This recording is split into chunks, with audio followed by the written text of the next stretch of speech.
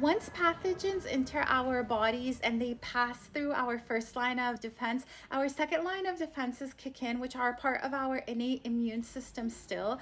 And basically, this is our white blood cells, this is inflammation, this is fever, and there's different types of cells involved, mainly white blood cells. One type of white blood cells called a macrophage, and they're found throughout our body. These cells basically eat up and digest pathogens. Macrophages are important in initiating inflammation as well. They release signaling molecules called cytokines, which attract other immune cells, other white blood cells to the site of infection. There's neutrophils, which are the most abundant type of white blood cell, and they're one of the body's first responders to an infection.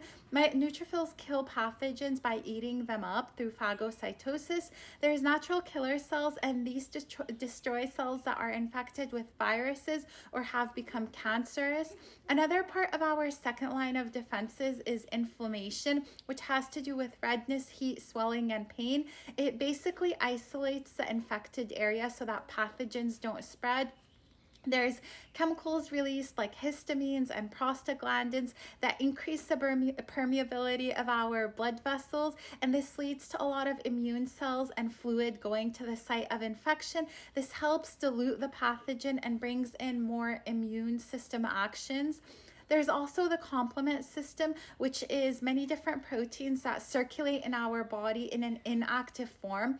When they're triggered by a pathogen, these proteins basically go through a series of activations so that they can destroy the pathogen. Activating the complement system proteins basically enhances our ability to clear microbes, to clear pathogens, to promote inflammation, to attack pathogens. And one of the things they can do is they can form these membrane attack complexes, which is good. There's also interferons. Interferons are proteins that interfere with viral replication. They act as signaling molecules, and they warn neighboring cells that there's a danger, there's a virus, so that they can activate antiviral defenses. So that's a really good thing, and that's what interferons are. Finally, another part of our second line innate immune defenses is fever. Fever is a systemic response. Systemic means all over your body, and it basically goes with activation of the immune system's second line of defense. It's induced by something called pyrogens, and these pyrogens tell an area of your brain called the hypothalamus to raise the temperature. Fever supports our immune response by raising the body's temperature, which can stop microbial replication.